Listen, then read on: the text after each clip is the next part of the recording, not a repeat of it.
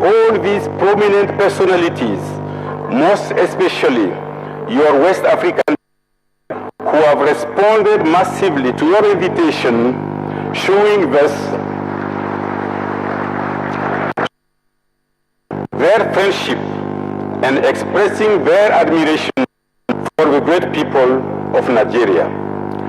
To these great people, that is an integral part of the people of West Africa, I extend my wishes for continued success and improved well-being in unity, harmony, and peace. I hope they are more united and stronger in this 21st century. May they continue to give us a sense of pride in all the fields. Pride of being black, pride of being African. I thank you for your kind attention.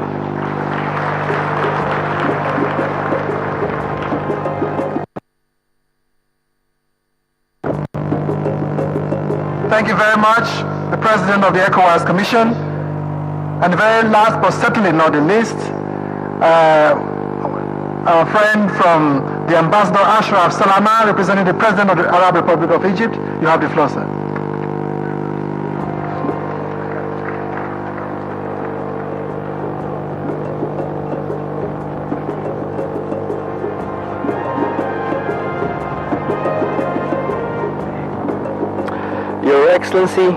Your Excellency, President Dr.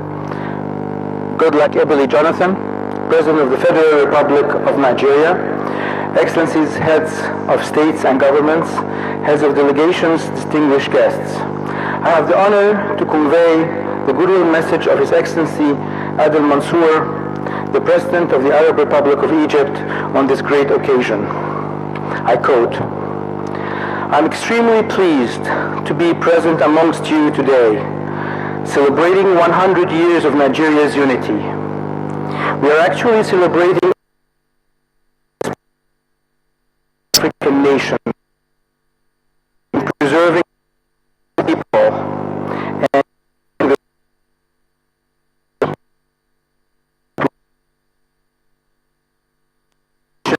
of the spirit of solidarity and fraternity that bonds our nations and our epic struggle for peace, stability, and prosperity.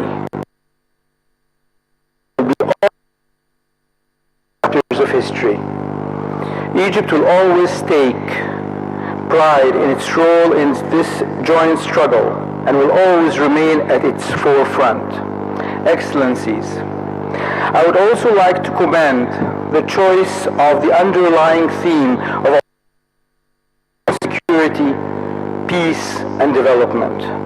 Since the turn of the new millennium, our demographic, environmental, and technological landscapes have shifted significantly, and opportunities, but also threats to our common peace, security, and development are more complex.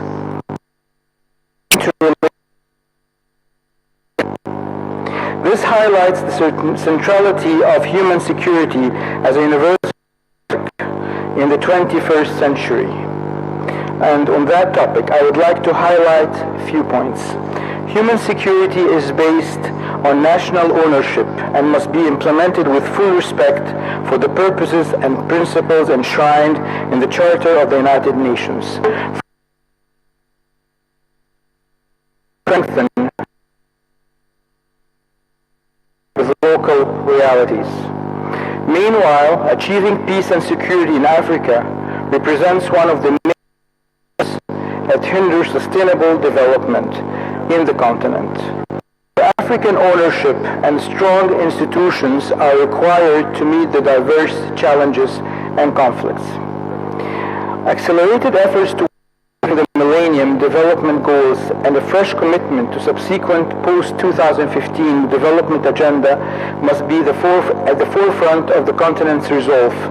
By focusing our efforts and advancing the interconnected pillars of peace, security, and development, we will be able to translate our efforts into concrete actions to improve the lives of our African people. In the aftermath of conflicts, there is to address the root causes and promote inclusive peace-building architecture that minimize the space in which communities may relapse into conflict. And let me add in this regard, the scourge of terrorism should and cannot be tolerated and must be focused on in a larger international fora and effort. Let me also reiterate here our deepest condolences to Nigeria on the terrorist tragedy they just faced. Excellencies, in wrapping up my brief intervention, I would like to express again, on behalf of the President and Government of Egypt, our heartfelt congratulations to Nigeria, its leadership and people, and to convey our sincere wishes for sustained strides on the path of prosperity and further advancement. Thank you.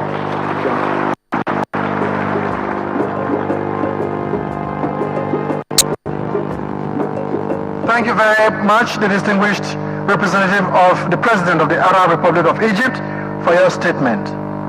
And that brings this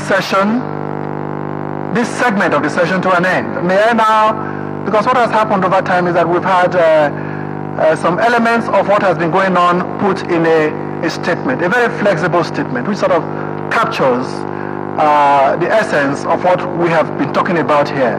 And may I now invite our Minister for Agriculture, His Excellency Dr. Akinwumi Adesina, to read what may be considered a statement reflecting on the outcome of our meeting. Thank you.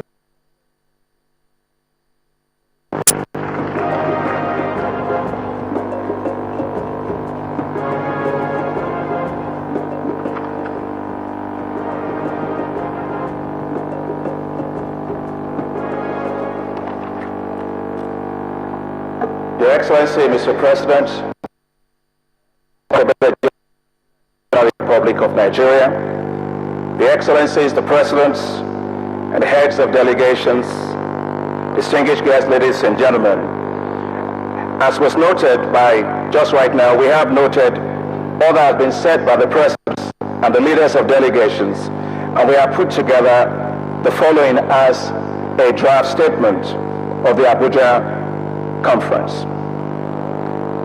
An international conference on human security, peace and development, agenda for the 21st century, was held at the International Conference Center, Abuja, Nigeria, on 27 February 2014.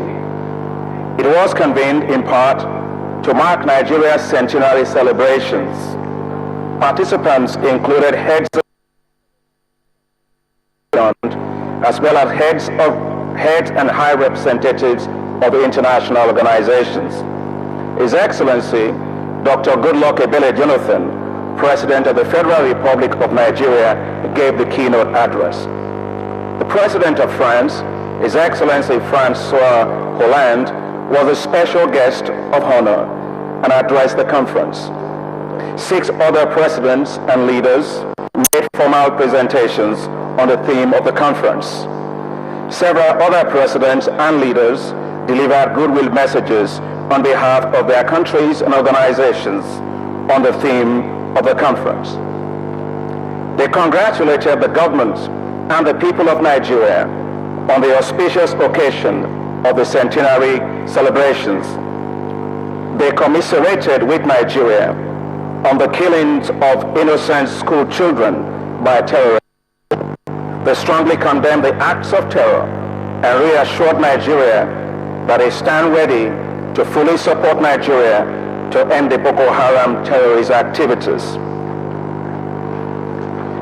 Following extensive discussions and deliberations at the conference, a number of conclusions and outcomes emerged, which are intended to set an agenda for a 21st century Africa around the security, peace and development. They include African leaders commit to redouble their efforts to strengthen democratic institutions and culture in their respective countries, especially through greater commitment to good governance, transparency, and the rule of law. To this end, the cost of governance, elections, and electioneering should be reduced.